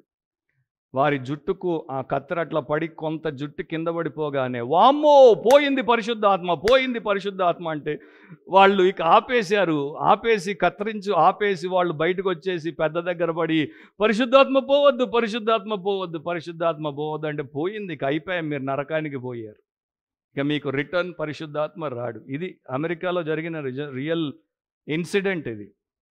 సో వాక్య జ్ఞానం లేకపోతే ఎటైనా పోతారు. సో మనం మెడలో వేసుకోవాలంటే ఏం వేసుకోవాలో దేవుడు చెప్పాడు. నేను చెప్పాల్సిన పని లేదు. ఒక వచనం చదువుతాను, సామెత 3:3. దయను సత్యమును ఎన్నడును నిన్ను విడిచిపోనీయకుము, వాటిని కంఠభూషణముగా ధరించుకొనుము. సో నీకు మెడలో ఏదైనా వేసుకోవాలంటే దయా సత్యాన్ని కంఠభూషణముగా, నెక్లెస్గా దయ అంటే కైండ్నెస్, సత్యం అంటే ట్రూత్ని వేసుకోమంటున్నాడు. దానికన్నా గొప్ప అలంకరణ ఆభరణం మనిషికి ఇంకేముంటుంది చెప్పండి? 26th మార్చిన women's role in the church, సంఘంలో స్త్రీల పాత్ర, 1 తిమోతి 2:11 నుండి 15 వరకు అది మనం విన్నాము. సో సంఘంలో స్త్రీ సంఘ కాపరిగా ఉండకూడదు, సంఘ పెద్దగా ఉండకూడదు, సంఘ బిషప్గా ఉండకూడదు, సంఘానికి పోప్ అవ్వకూడదు. తర్వాత సంఘంలో స్త్రీలు పురుషులు ఉన్నప్పుడు స్త్రీలు బోధించకూడదు అనేది నేను 2 సందేశాలు ఇచ్చాను. దాంట్లో స్పష్టంగా చెప్పాను. మీకు అది ఖచ్చితంగా అర్థమై ఉండాలి. ఎందుకంటే చాలామంది దానికి లోబడకుండా వ్యతిరేకంగా అవిధేయతతో దేవుడి చిత్తానికి దూరంగా వెళ్ళిపోయారు. అట్లాంటి వారికి మనం జవాబు ఇవ్వాలంటే మనకి దేవుడి వాక్యంలో ఉన్నటువంటి వ్యత్యాసం ఏంటో తెలియాలి. వారు వాడేటువంటి ఉదాహరణలు దేవుడి వాక్యంలో ఇక్కడ రాయబడిన సత్యానికి ఉపయోగపడవు. డిస్క్రిప్టివ్ ప్యాసేజెస్ ఆఫ్ స్క్రిప్చర్ని తీసుకుని వచ్చి ప్రిస్క్రిప్టివ్ రోల్కి అప్లై చేస్తామంటే అది కుదరదు. డిస్క్రిప్టివ్ అంటే ఆ రోజు నేను చెప్పాను, నోవహు ఓడను నిర్మించెను అంటే ఆయన ఏం చేశాడో బైబిల్ మనకి చెప్తోంది. అంతేగాని బైబిల్ ఉపేందర్ నువ్వు కూడా పోయి ఒక ఓడ నిర్మించు అని చెప్పట్లేదు. ఏం చేశాడు చెప్తుంది. కానీ ప్రిస్క్రిప్టివ్ అంటే ఉపేందర్ నీవెప్పుడు అబద్ధం ఆడకూడదు అని దేవుడు నాకు ఆజ్ఞ ఇచ్చాడు. సో డిస్క్రిప్టివ్ దెబోరా ఎప్పుడో ఎవరికో న్యాయాధిపతి, అది డిస్క్రిప్టివ్, ఆమె చేసిన పనేంటో చెప్తుంది. అంతేగాని డెబోరా న్యాయాధిపతి కనుక నువ్వు కూడా ఫలానా XYZ స్త్రీ, నువ్వు కూడా పోయి ఇప్పుడు నువ్వు కూడా ఆమెలాగా జడ్జ్ అవ్వు, లేకపోతే ఆమె ఇప్పుడు పాస్టర్ కాదు, పాస్టర్ అనేది ఏంటో డెబోరాకి తెలియదు, ఆ పాస్టర్ లాగా నువ్వు ఉండని దేవుడి వాక్యం చెప్పట్లేదు. So there is a big difference between descriptive and prescriptive. తర్వాత 1 తిమోతిలోనే నేను 2వ అధ్యాయంలో ఈ స్త్రీలకు సంబంధించిన భాగం చెప్పి 3వ అధ్యాయంలో సంఘ పెద్దలకు ఇవ్వబడినటువంటి అర్హతల గురించి చెప్పినప్పుడు ఇంకో మాట కూడా చెప్పాను, ప్రోస్క్రిప్టివ్ అండ్ ప్రీస్క్రిప్టివ్. ప్రోస్క్రిప్టివ్ అంటే నిషేధము, ప్రీస్క్రిప్టివ్ అంటే ఆమోదం. సో అది మీరు ఆ మెసేజెస్లో ఆ 2 చూసుకోవచ్చు. చాలా చోట్ల మనకి వీరు ఎదురవుతారు కనుక వారికి మనం ప్రేమతో సత్యము చెప్పాలంటే మనకి అదేంటో తెలిసి ఉండాలి. ఏప్రిల్ 9న మనము దేవుడి వాక్యాన్ని విన్నాం, పునరుత్థానం గురించి, పునరుత్థాన ప్రత్యక్షత. దాని గురించి ఒక్క మాట చెప్తాను. యోహాను సువార్త 20వ అధ్యాయంలో 18 నుండి 29 వరకు. యేసు పునరుత్థానుడైన తర్వాత ప్రత్యక్షమయ్యాడు. యేసు పునరుత్థానుడైన తర్వాత వారికి పనినిచ్చాడు. యేసు పునరుత్థానాన్ని ఆయన నిర్ధారించాడు, లేకపోతే అఫర్మ్ చేశాడు. సో ఆ రోజున యేసు ప్రభు వారి మధ్యకు వచ్చినప్పుడు తోమా అనేటువంటి శిష్యుడు లేడు. సో ఆ రోజు నేను ఒక మాట చెప్పాను, ప్రభు సంఘములో ఉన్నప్పుడు, అప్పుడు ఇంకా అది సంఘము కాదు, శిష్యుల బృందము, వారు ఒక చోట ఉన్నప్పుడు యేసు ప్రభు వారి మధ్యకు వచ్చాడు. వారికి ఎన్నో దీవెనలు లభించాయి, కానీ లేని తోమా ఆ దీవెనలను పోగొట్టుకున్నాడు. సో ఆ రోజు నేను చెప్పాను, ప్రతి వారము ఆదివారము పరిశుద్ధ ఆరాధనలో సంఘం మధ్యలో ప్రభు సంచరిస్తాడు. ఆయన సంచరించేటప్పుడు మనము అత్యవసరమైన పరిస్థితి, అనారోగ్య పరిస్థితి అయితే తప్ప సంఘానికి రాకుండా పోకూడదు. చర్చి మిస్ అవుతే, ప్రభు యొక్క సన్నిధానాన్ని మిస్ అవుతే మనం చాలా దీవెనలు కోల్పోతాం. మన ఆత్మీయంగా మనం పేదలము, బీదరికంలోనికి వెళ్ళిపోతామని చెప్పాను. అయినా కూడా ఎప్పుడు ఇచ్చాను ఈ మెసేజ్? 9th ఏప్రిల్కి ఇచ్చాను. 31st డిసెంబర్ కొంతమందిలో నాకు ఏమి తేడా, మార్పు కనపడట్లేదు. ఎప్పుడెప్పుడు కావాలో అప్పుడు డుమ్మా, మళ్ళీ ఏదైనా రోగం వస్తే వస్తారు, అయ్యా అమ్మ నా కోసం ప్రార్థన చేయమని. 16th April qualification of a church elder, సంఘ పెద్దకు ఉండాల్సిన అర్హతలు. 1 తిమోతి 3:1 నుండి 7 వరకు సంఘ పెద్ద ఎట్లా ఉండాలో, దేవుడి యొక్క అర్హతలేంటో దాంట్లో చాలా స్పష్టంగా ఉండింది. అండ్ దాన్ని నేర్చుకున్నాం. అట్లా లేని వారు ఎంత పెద్ద మెగా చర్చ్ పాస్టర్ అయినా, వారికి మరి ఎన్ని వ్యూస్ నిండా లక్షల మంది జనం కూర్చున్నా, వారికి ఆన్లైన్లో 1 మిలియన్ వ్యూస్ ఉన్నా, వారు దేవుని సేవకులు కారు. మనకి అది స్పష్టత ఉండాలి. మళ్ళా మెథడిస్ట్ మూవ్మెంట్ యొక్క భక్తిపరుడైన జాన్ వెస్లీ ఏం చెప్పాడో, 200 సంవత్సరాల క్రితం ఏం చెప్పాడో నేను మీకు జ్ఞాపకం చేస్తాను. ఆయన కొటేషన్ ఇది. ఆయన అన్నాడు, నాకు కేవలం 10 మంది పురుషులను ఇవ్వండి, 10 మందినే ఇవ్వండి. వీరు దేవుడికి తప్ప మరి దేనికి భయపడకూడదు, పాపమును తప్ప మరి దేనిని ద్వేషించకూడదు, నశించే వారిని తప్ప మరి దేనిని ప్రేమించకూడదు. దేవుడికి తప్ప దేనికి భయపడకూడదు, పాపానికి తప్ప దేన్ని ద్వేషించకూడదు, నశించు ఆత్మలను తప్ప దేన్ని ప్రేమించకూడదు. నేను నరకపు పునాదులను కదిలించి పారేస్తాను, దేవుడి రాజ్యాన్ని ఈ లోకములో స్థాపిస్తాను అన్నాడు ఆయన. Just give me 10 men who fear nothing but God, hate nothing but sin and love nothing but the souls, and I will shake the foundations of hell and set up the kingdom of God in this present world. అట్లా ఉంటే అంత బాగుండేది. కానీ ఈ రోజున మనకు అట్లాంటి సేవకులు లేరు. 23rd deacons of the church, సంఘ పరిచారకుల గురించి మనం విన్నాం. 1 తిమోతి 3:8 నుండి 13 వరకు. సో సంఘంలో పరిచర్య అనేది పెద్దలు చేస్తారు, పాస్టర్లు చేస్తారు, పరిచారకులు చేస్తారు, ప్రతి ఒక్కరు చేస్తారు అనేది మనం విన్నాం. సో దేవుడి పిలుపుని బట్టి ఎవరెవరు ఏ రకంగా పరిచర్య చేయాలో వారు చేయాలి. 30th ఏప్రిల్న the church of the living God, జీవము గల దేవుడి సంఘం. 1 తిమోతి 3:14 నుండి 16 వరకు. దేవుడి మందిరంలో అనగా జీవము గల దేవుని సంఘములో జనులు ఎలాగూ ప్రవర్తింపవలెనో అది నీకు తెలియవలనని ఈ సంగతులు నీకు రాయిచున్నాను. సో దేవుడి సంఘం అంటే వాక్యం ఎన్నో సత్యాలు నేర్పిస్తోంది, మనం నేర్చుకుంటూ ఉంటాం. కానీ ఈ వచనాల ప్రకారము జీవము గల దేవుడి సంఘము, దేవుడి మందిరము, దేవుడి కుటుంబము, గాడ్స్ ఫ్యామిలీ అని, గాడ్స్ హౌస్ అని, దాంట్లో మనమందరము ఉన్నామనేది మనము ఆ రోజు నేర్చుకున్నాం. సో నేను ఎప్పుడు చెప్తుంటాను, సంఘం అంటే దేవుడి యొక్క కుటుంబం. We are a big family, large family. ఇప్పుడు నా ఫ్యామిలీ గురించి మీరు అడిగారు అనుకోండి, నా ఫ్యామిలీలో నలుగురం ఉన్నాం, నేను, నా భార్య, నా 2 కుమార్తెలు. కానీ నా యొక్క లార్జర్ ఫ్యామిలీ ఏంటి అంటే క్రిస్టియన్ ఫ్యామిలీ. VWCలో ఉన్నటువంటి వారందరూ నా కుటుంబం. సో నా ఇంట్లో నాకు ఎట్లా దాపరికాలు ఉండవో, నా చర్చ్తో నాకు దాపరికాలు ఉండవు. చర్చ్ ఫ్యామిలీలో మనకి దాగుడు మూతలొద్దు. చిన్నప్పుడు పిల్లలు ఆడుకుంటారు దాగుడు మూతలు, పెద్దోళ్ళు అయిన తర్వాత దాగుడు మూతలొద్దు. బైబిల్లో ఎక్కడ కూడా దేవుడికి దాపరికం ఉండదు. దావీదు ఆయన హృదయానుసారుడు చేసిన హేయ కృత్యాన్ని దేవుడు రాయించి పెట్టేశాడు. ప్రపంచమంతటికి 3000 సంవత్సరాలుగా దావీదేంటో దేవుడు చెప్తూనే ఉన్నాడు. కోట్ల బైబిళ్ళు ప్రింట్ అయ్యాయి, ఎన్నో లాంగ్వేజెస్లో ప్రింట్ అయ్యాయి. చదివిన ప్రతి ఒక్కడికి దావీద్ అంటే ఏంటి, పేతురు అంటే ఏంటి, పౌలు అంటే ఏంటి తెలుసు. మనమేంటి, మన చర్చ్లో ఉన్నటువంటి 2 లేక 200 చిల్లర వారి యొక్క విషయాలను దాచుకోవాలి, అబ్బో ఎవరికి చెప్పకూడదు. That is completely unbiblical and worldly. So మీ పాస్టర్గా నేను చెప్తున్నాను, కుటుంబంలో ఏది జరిగినా అందరికీ తెలుస్తుంది, తెలియాలి. అందరూ దాంట్లో భాగము. అందరూ మంచైనా చెడైనా సమానంగా బాధ్యత వహించాలి, ప్రార్థన చేయాలి, సమస్తమును దేవుడు మెచ్చేటట్టు చూసుకోవాలి. మాథ్యూ హెన్రీ అన్నాడు, Christ is our temple in home by faith all believers meet. క్రీస్తే మన దేవాలయం, ఆయన యందు విశ్వాసమును బట్టి విశ్వాసులముగా మనము కలుసుకుంటాం.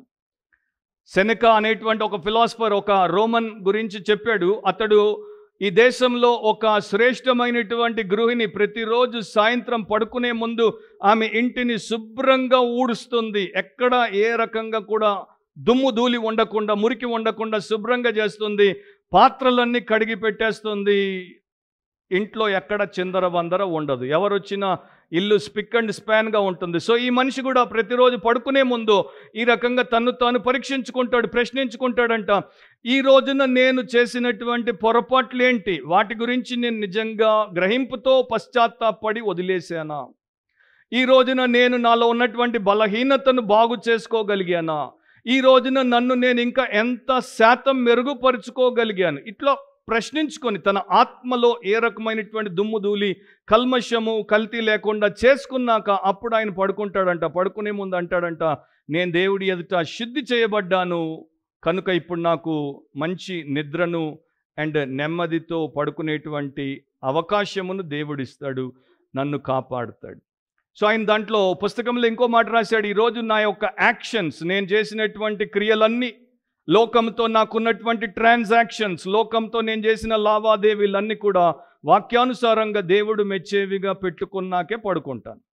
మనం కూడా పనిచేస్తే ఎంత బాగుంటుంది. 7th May ది అపాస్టేట్స్ అంటే విశ్వాస భ్రష్టుల గురించి 1 తిమోతి 4:1-5 వరకు విన్నాం.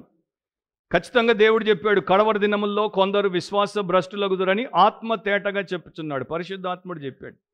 ఆ రోజు నేను 2 పాయింట్స్ చెప్పాను. ఒకటి విశ్వాసపు విసర్జన, డిపార్చర్ ఫ్రమ్ ద ఫెయిత్. రెండవది విశ్వాసపు వక్రీకరణ, distortion of the faith.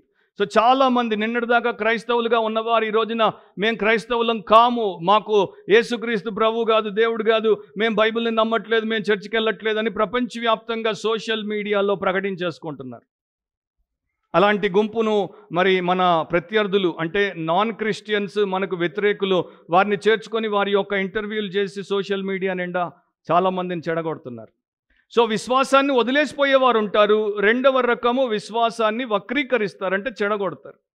So వారెవరో మనం తెలుసుకోవాలి. ఎందుకంటే రేపు మన జిగిరి దోస్త్ విశ్వాసమును విడిచి విశ్వాసాన్ని వక్రీకరిస్తే మనకి సెంటిమెంట్ ఉండకూడదు. అయ్యో నా ప్రియ స్నేహితుడు చిన్నప్పుడు నేను వాడు గోళీలు ఆడాం, మేమిద్దరం ఒకే కంచంలో తిన్నాం, ఒకే మంచంలో పడుకున్నాం. నో, వాడు విశ్వాసాన్ని విసర్జించినప్పుడు వాడెవడో నువ్వెవడో. నా ఓన్ ఫ్యామిలీ మెంబర్ ఆ పని చేసినా కూడా వారితో నాకు తెగదెంపులు. ఇది మనకి ఖచ్చితంగా తెలియాలి. దేవుడు ఓల్డ్ టెస్టిమెంట్లో పెట్టాడు, న్యూ టెస్టిమెంట్లో పెట్టాడు, అగైన్ అండ్ అగైన్ పెట్టాడు.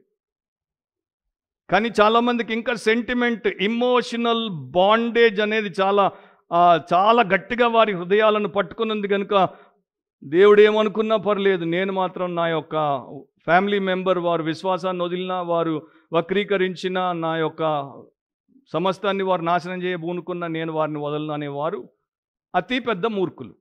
వాళ్లే కాదు, వీళ్ళు కూడా భ్రష్టత్వంలోనికి త్వరగా పోతారు. 14th May training in godliness, దైవ భక్తిలో శిక్షణ. జస్ట్ ఇమాజిన్, దేవుడు ఏం నేర్పించాడు? చాలామంది సరిగ్గా ఉండకపోతే విశ్వాస భ్రష్టత్వం అనేది వారు చూస్తారు, అండ్ వారికి కూడా జరగవచ్చు. రెండవది ఏమిటి అంటే, విశ్వాస భ్రష్టత్వం ఒకవైపున ఉన్నప్పుడు భక్తిలో, దేవ భక్తిలో నీవు పెరుగునట్లు నీకు నీవే సాధకము చేసుకోమని చెప్పాడు. తిమోతికి అంటాడు, అందుకనే నీవు ఈ సంగతులను సహోదరులకు వివరించిన యెడల నీవు అనుసరించుచు వచ్చిన విశ్వాస సుబోధ సంబంధమైన వాక్యముల చేత పెంపరచు క్రీస్తు యేసుకు మంచి పరిచారకుడవై ఉంటావు.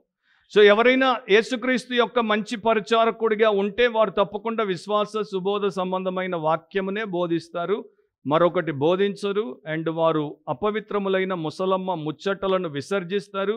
దైవ భక్తి విషయంలో వారు సాధకము చేసి పెరుగుతారు, వారి దగ్గర ఉన్న వారిని పెంచుతారు. సో మనము ఈ యొక్క భక్తి లేని లోకంలో భక్తిలో ఎంత పెరిగాము ఈ సంవత్సరం? మీరు ఎంత పెరిగారు? పెరిగితేనే 21st మే మనం విన్నాము, ఎక్సలెంట్ క్యారెక్టర్, శ్రేష్టమైన స్వభావం, 1 తిమోతి 4:11 నుండి 13. దాంట్లో ఒక్క విషయం, శ్రేష్టమైన స్వభావం అంటే మాటలో, ప్రవర్తనలో, ప్రేమలో, విశ్వాసంలో, పవిత్రతలో విశ్వాసులకు మాదిరిగా ఉండేంత స్థాయికి మనం ఎదుగుతాం. అట్లాంటి స్వభావం మనకు ఉంటుంది. చర్చికి వెళ్ళేది దీవెనలు పొందడానికి, చర్చికి వెళ్ళేది జీతాలు పెరగడానికి, చర్చికి వెళ్ళేది రోగాలు పోవడానికి, చర్చికి వెళ్ళేది అప్పులు తీరగడానికి, చర్చికి వెళ్ళేది కోర్టు కేసులు కొట్టేసుకోవడానికి కాదు. చర్చికి వెళ్ళేది మాట విషయంలో, ప్రవర్తన విషయంలో, ప్రేమ విషయంలో, విశ్వాసం విషయంలో, పవిత్రతలో దేవుడు మెచ్చేటువంటి వానిగా, యేసుక్రీస్తు పోలికలో నేను ఎదిగే వ్యక్తిగా ఉండడానికి. అది శాశ్వతమైనది. దేవుడు మన కొరకు దాన్ని నియమించాడు. దాన్ని మనం మిస్ అయిపోతే, సో ఈ సంవత్సరం ఈ 5 విషయాల్లో, మాట, ప్రవర్తన, ప్రేమ, విశ్వాసం, పవిత్రతలో మీరు ఎంత పెరిగారు? మీ క్యారెక్టర్ని మీరు ఎంత బిల్డ్ చేసుకోగలిగారు? Spiritual progress, next lesson. దాంట్లో మనం 28th మేన విన్నాం, 1 తిమోతి 4:14 నుండి 16 వరకు. పౌలు తిమోతికి చెప్తాడు, నీ అభివృద్ధి అందరికీ తేటగా కనబడు నిమిత్తము వీటిని మనస్కరించుము, వీటి అందే సాధకము చేసుకొనుము. సో ఆ రోజు నేను 3 పాయింట్స్ చెప్పాను. స్పిరిచువల్ గిఫ్ట్, ఆత్మీయ వరము, స్పిరిచువల్ గ్రోత్, ఆత్మీయ ఎదుగుదల, అండ్ స్పిరిచువల్ గుడ్నెస్, ఆత్మీయ క్షేమం. సో మీ అభివృద్ధి అందరికీ తేటగా కనబడుతుందా? మిమ్మల్ని జనవరి 1 లేకపోతే ఫిబ్రవరి లేకపోతే మార్చ్ లేకపోతే 28th మేన చూసినటువంటి వారు ఇప్పుడు మిమ్మల్ని చూస్తే మీ ఫ్యామిలీ మెంబరే. ఎందుకంటే అందరికీ మీరు అంత బాగా తెలియకపోవచ్చు, కానీ మీ ఫ్యామిలీ మెంబర్కి మీరు బాగా తెలుసు. 28th మేన నా హస్బెండ్ ఇట్లా ఉన్నాడు, brother 31st December I'm so blessed, he has changed. ఎంతమంది భార్యలు చెప్తారు అట్లా? మీరు అనొచ్చు, అంత తొందరగా మారిపోతామా? కొంతమంది నాతో అంటుంటారు, మేము మారడానికి టైం కావాలి, మారడానికి టైం కావాలి. అవును, నాకు తెలుసు, దేవుడు కూడా చెప్పాడు, మెల్లగా కొందరు మారుతారు, కొందరు తొందరగా మారుతారు. కానీ ఇప్పుడు నాకు క్యాన్సర్ వచ్చింది అనుకోండి, నాకు నయం అవ్వడానికి టైం కావాలి, నాకు నయం అవ్వడానికి టైం కావాలంటానా? వెంటనే టైం అయిపోకముందే నయం చేయమంటానా? ఏమంటారు? As quick as possible, minimum ప్రొసీజర్స్తో నన్ను బాగు చేయండి. So we should use that kind of common sense. So progress, దేంట్లో మనకి ఆత్మీయ అభివృద్ధి ఉందా? ఆత్మీయంగా మనము ముందుకెళ్తున్నామా? ప్రతి దాంట్లో మనకి ప్రోగ్రెస్ అవసరం. మనకి ఇష్టమైనటువంటి రంగాలన్నింటిలో మనము అభివృద్ధి చెందాలనుకుంటాం. ఎడ్యుకేషన్లో మనకి అభివృద్ధి కావాలి, ఎంప్లాయ్మెంట్లో కావాలి, బిజినెస్లో అభివృద్ధి కావాలి. ప్రతి రంగంలో శారీరకంగా, మానసికంగా, భావోద్రేకంగా, సామాజికంగా, ఆర్థికంగా అభివృద్ధి కావాలి. మంచిదే, పొందండి. కానీ ఆత్మీయంగా 4th జూన్ మనము 1 తిమోతి 5:1-2 చూసాం. సంఘస్థులను సరిచేయుట, కరెక్టింగ్ ద చర్చ్ మెంబర్స్. దాంట్లో వృద్ధులను ఎట్లా కరెక్ట్ చేయాలి, పురుషులను అన్నాదమ్ములుగా ఎట్లా కరెక్ట్ చేయాలి, స్త్రీలను తల్లులుగా అండ్ అక్క చెల్లెండ్రుగా పూర్ణ పవిత్రతతో ఎట్లా కరెక్ట్ చేయాలి దేవుడు చెప్పాడు.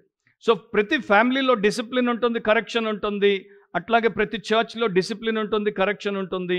కానీ చాలామంది మనుషులను అఫెండ్ చేయడం ఇష్టపడట్లేదు కనుక, అంటే మనిషిని బాధ పెట్టడం, మనిషిని గాయపరచడం ఇష్టపడట్లేదు కనుక వారు ఆ కరెక్షన్, ఆ డిసిప్లిన్ అనేది వదిలేశారు. సో ప్రపంచవ్యాప్తంగా ఈ రోజున చర్చ్ డిసిప్లిన్ అనేది just less than 5% or to be precise 3% అని చెప్తున్నాయి లెక్కలు.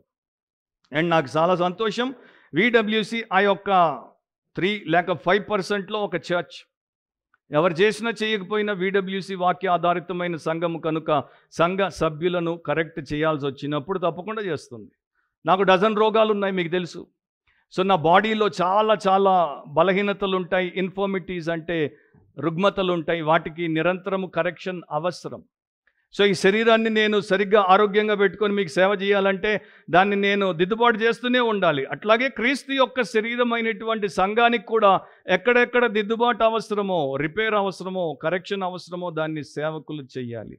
అండ్ సంఘస్థులు కూడా చేసేవారిగా ఉండాలి. ఒక భక్తుడు అన్నాడు, పాతకాల భక్తుడు, దేవుడు మనకు కళ్ళను 2 కారణాల చేత ఇచ్చాడు. ఒకటి సిలువ వేయబడినటువంటి యేసును చూడ్డానికి, 2 యేసును బాధ పెట్టే విషయాల కొరకు ఏడవడానికి.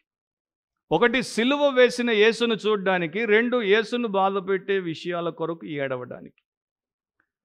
సో యేసును బాధ పెట్టే విషయం ఏంటంటే దేని కొరకు ఆయన ఇంత కార్యము చేశాడో, దేని కొరకు రక్తం కార్చాడో, ప్రాణం ఇచ్చాడో, ఆయన తిరిగి లేచాడో, ఆ సంఘం ఆయనది. అది పాడైపోతుంటే మనం చూసి అట్లా ఊరుకుంటాం. సో ఆయన్ని చూసినటువంటి కళ్ళు వాటిని చూసినప్పుడు ఏడుస్తాయి అండ్ దాన్ని సరిచేస్తాయి. సో తల్లి తన బిడ్డని కరెక్ట్ చేసినప్పుడు దుఃఖంతో చేస్తుంది, కానీ ఆ బిడ్డ క్షేమం కొరకు చేస్తుంది. అట్లాగే మనం చేయాలి. 11th జూన్ 18th జూన్ ఒకే సబ్జెక్ట్, కాకపోతే 2 ఆస్పెక్ట్స్ మనం విన్నాం. రెస్పాన్సిబిలిటీ టువర్డ్స్ ద విడోస్, విధవరాండ్ర పట్ల బాధ్యత, విధవరాండ్రని గూర్చిన బోధ. సో విధవరాళ్ల గురించి మనకి ఎట్లాంటి బాధ్యత ఉందో అండ్ వారికి ఏ బోధ చేయాలో దాంట్లో నేర్చుకున్నాం. 25th జూన్ డబుల్ ఆనర్ అంటే రెట్టింపు సన్మానం గురించి దేవుడు మనకు బోధించాడు. 1 తిమోతి 5వ అధ్యాయం 17 నుండి 21వ వచనం వరకు. దాంట్లో ఒకటి, బాగుగా పాలన చేయు పెద్దలను విశేషముగా వాక్యమందును ఉపదేశమందును ప్రయాసపడు వారిని రెట్టింపు సన్మానమునకు పాత్రులుగా ఎంచవలను అని దేవుడు చెప్పాడు. అంటే కరెక్ట్గా వాక్య పరిచర్య చేసే బోధకులు, మీ ఆత్మీయ క్షేమం కొరకు పాటుపడే సేవకులకు డబుల్ ఆనర్ ఇవ్వాలని దేవుడు చెప్పాడు. డబుల్ ఆనర్ ఏంటో నేను మీకు చెప్పాను. ఒకటి, వారిని రెస్పెక్ట్ చేయాలి. రెండవది, వారికి ప్రాపర్ రెమ్యూనరేషన్ ఇవ్వాలి. సో ఏ విషయంలో మీరు ఎట్లా ఉన్నా కూడా ఈ విషయంలో మాత్రం నేను మీ పాస్టర్గా ఒకటి తప్పకుండా దేవుడి ఎదుట చెప్పాలి. ఆ పాత టైంలో ఉన్నటువంటి ఆ కొందరు ఒక 4 పీపుల్ ముందు నుండి, ఇది వెనక ముందు నుండి ఏదైతే చేస్తున్నారో ఆ రెస్పెక్ట్ ఇవ్వడం, రెమ్యునరేషన్ ఇవ్వడం వారే తప్ప కొత్తగా ఒక్కరు జాయిన్ అవ్వాల. సో ఈ message 96% of the church failed అని చెప్పొచ్చు నేను. ఎందుకంటే ఈ సంవత్సరమే నాకు వచ్చినన్ని నిందలు, నా మీద వేసినన్ని అభాండాలు లేకపోతే దుర్భాషలు, నా మీద జరిగిన తిరుగుబాటు ఇంతవరకు బహుశా ఎప్పుడైనా జరిగిందో లేదు. సో మెసేజ్ విన్న తర్వాత కూడా చేశారు కొందరు. అండ్ దాన్ని బట్టి మనకి పాస్టర్గా ఇక్కడ వి ఫెయిల్డ్ అనుకోమా. ఆనర్ అండ్ ఆనరోరియం రెండిట్లో failed. 2nd July, do not lay hands hastily, త్వరపడి హస్త నిక్షేపణ చేయకుము. 1 తిమోతి 5:22 నుండి 25 వరకు. త్వరపడి ఎవరినంటే వారిని దేనికంటే దానికి సంఘ పరిచర్యలో నియమించొద్దు. మరి ముఖ్యంగా ఆ యొక్క పరిచారకులను కానీ సంఘ పెద్దలను కానీ వెంటనే నియమించొద్దు. ఏ ఒత్తిడికి గురి కావద్దు, ఏ ప్రలోభానికి గురి కావద్దు. దేవుడి చిత్త ప్రకారం, దేవుడి సమయంలో, దేవుడి వాక్యానుసారంగా వారు అర్హులైతేనే వారిని నియమించాలి, త్వరపడొద్దు అని చెప్పాడు. 9th July, serve your boss well, మీ పై అధికారిని అంటే మీ బాస్ని, యజమానిని బాగా సేవించడి అనే మెసేజ్ విన్నాం. 1 తిమోతి 6:1-2. దాని గురించి నేను చెప్పలేను, ఎందుకంటే మీ బాస్, మీ ఆఫీసు, అక్కడికి నేను ఎప్పుడు రాలేదు. అక్కడ మీరు ఎట్లా ఉంటారో మీకే తెలుసు, దేవుడికి తెలుసు. 16th జూలై, డిసెప్టివ్ టీచర్స్ గురించి, మోసకరమైన బోధకుల గురించి 1 తిమోతి 6:3 నుండి 5 వరకు మనం విన్నాం. సో దాంట్లో ఎవడైనను మన ప్రభు అయిన యేసుక్రీస్తు యొక్క హితవాక్యములను, దైవ భక్తికి అనుగుణ్యమైన బోధను అంగీకరింపక భిన్నమైన బోధను ఉపదేశించిన ఎడల అని అంటున్నాడు. సో ఆరోగ్యకరమైన బోధ కాదు. వారు ఎంతసేపు ఏం చేస్తారంటే ధన సంపాదనకి సంబంధించినటువంటి బోధ చేస్తారు. వారు భక్తిని ధన సంపాదన కొరకు వాడతారనేది ఆ రోజు మనం విశదీకరించి విన్నాం. సో ఈ రోజున చాలా చోట్ల మనకి గాడ్ అనేది తక్కువ వినపడుతుంది, గోల్డ్ లేకపోతే మనీ అనేది ఎక్కువ వినపడుతుంది. అట్లాంటి వారు దేవుడి సేవకులు car. 23rd July, godliness is great gain, దైవ భక్తి గొప్ప లాభ సాధనమై ఉన్నది. చాలా సంవత్సరాల క్రితం నాకు ఇంకా గుర్తుంది. ఒకరోజు నేను ఒక మెసేజ్ ఇచ్చాను దీని మీదే, బైబిల్ స్టడీలో అనుకుంటాను, నాకు గుర్తులేదు, పాల్కి గుర్తుండాలి. దాంట్లో నేను చెప్పాను, మనం ఈ లోకంలోనికి ఏమీ తెలియదు, దీనిలో నుండి ఏమీ తీసుకొని పోలేము, కాగా అన్న వస్త్రములు గలవారమై ఉండి వాటితో తృప్తి పొంది ఉందము. వెంటనే పాల్ సేమ్ థింగ్ని ఒక ఫ్రేమ్ చేసి దాన్ని చక్కని వాల్ హ్యాంగింగ్గా తయారు చేసి తీసుకుని వచ్చి చర్చ్ మెంబర్లు అందరికీ ఇచ్చాడు. ఎన్ని పీసులు ఇచ్చాడో నాకు తెలియదు. మా ఇంట్లో ఇంకా ఉంది అది. సో అది సంతుష్టి సహితమైన దైవ భక్తి గొప్ప లాభ సాధనమై ఉంది. ఎందుకంటే మనం ఈ లోకంలోనికి ఏమి తేలేదు, దీంట్లో నుండి ఏమి తీసుకుని పోలేం. అన్న వస్త్రములు గలవారమై ఉండి వాటితో తృప్తి పొందితే ఎంత బాగుంటుంది. ఈరోజు నాకు సొంత ఇల్లు లేదు, నా పేరు మీద సొంత వెహికల్ లేదు, నాకు ఏమీ లేదు, ఎంత సంతోషం. I'm free. చచ్చిపోయిన తర్వాత ఆస్తి తగాదాలు ఉండవు. ఒకప్పుడు ఉండేవి, అమ్మేసాం అన్నీ. సో అట్లా మనం ఎదుగుతున్న కొలది లోకంలో ఉన్న వాటిని తగ్గించుకోవాలి, పరలోకంలో వాటిని పెంచుకోవాలి. అమ్మో, ఈయన దగ్గరికి వస్తే అన్నీ అమ్మిపిచ్చేట్టున్నాడు అని బాధపడద్దు. నేనేం ఫోర్స్ చేయట్లా, నేను ఓన్లీ టీచ్ చేస్తున్నా. 30th July, love of money is a great loss. ధనాపేక్ష వలన గొప్ప నష్టము. 1 తిమోతి 6, 9, 10 వచనాలు మనం విన్నాం. ధనవంతులగుటకు అపేక్షించు వారు శోధనలోను ఊరిలోను అవివేక యుక్తములను హానికరములనైన అనేక దురాశల్లోనూ పడుదురు. అట్టివి మనుషులను నష్టములోను నాశనములోను ముంచివేయును. ఆ పదాలు చూడండి, దేవుడు ఎట్లా వినియోగించాడు, ఎంత భయము కలిగించేటువంటి రీతిలో హెచ్చరికలు ఇచ్చాడు. ఎందుకనగా ధనాపేక్ష సమస్తమైన కీడులకు మూలము. కొందరు దానిని ఆశించి విశ్వాసం నుండి తొలగిపోయి నానా బాధలతో తమ్మును తామే పొడుచుకొనిరి.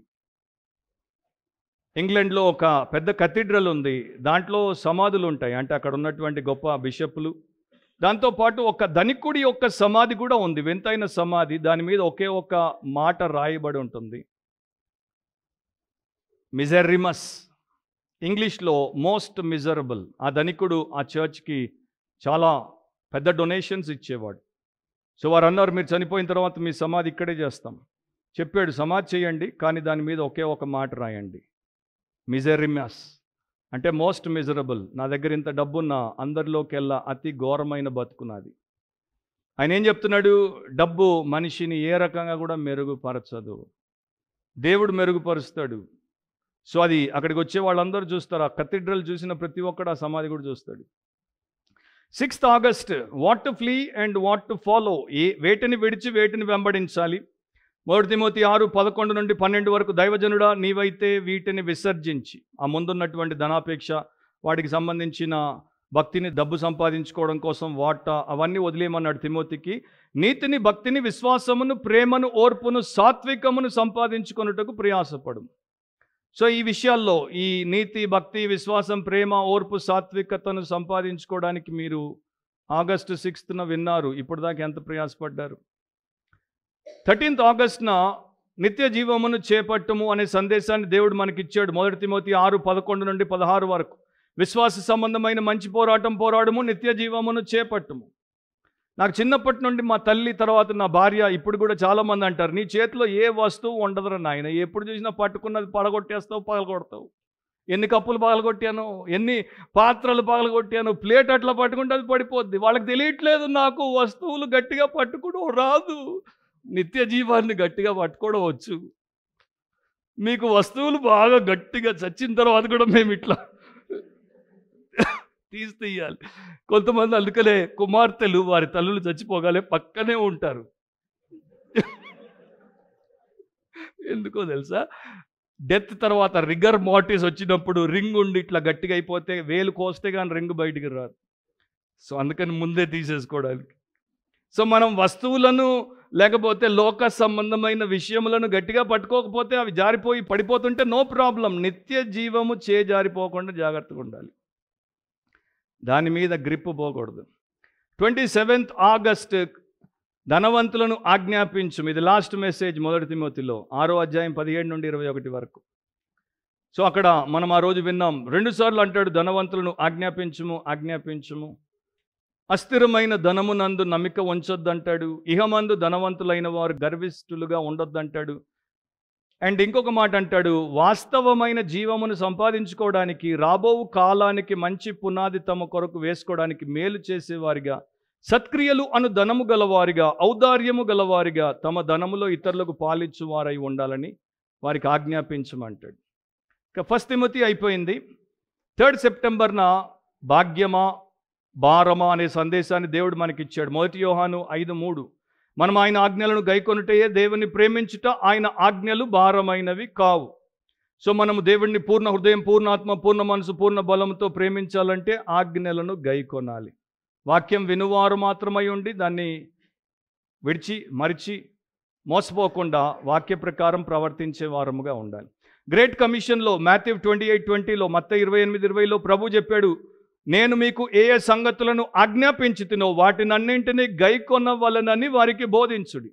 సో ఆయన మనకిచ్చినటువంటి ఆజ్ఞగా ఇచ్చిన సంగతులన్నింటినీ బోధకులు ఏం చేయాలి? సంఘ కాపరులు, పెద్దలు ఏం చేయాలి? బోధించాలి. ఏమని బోధించాలి? గైకొనండి, గైకొనండి, గైకొనండి అని బోధించాలి.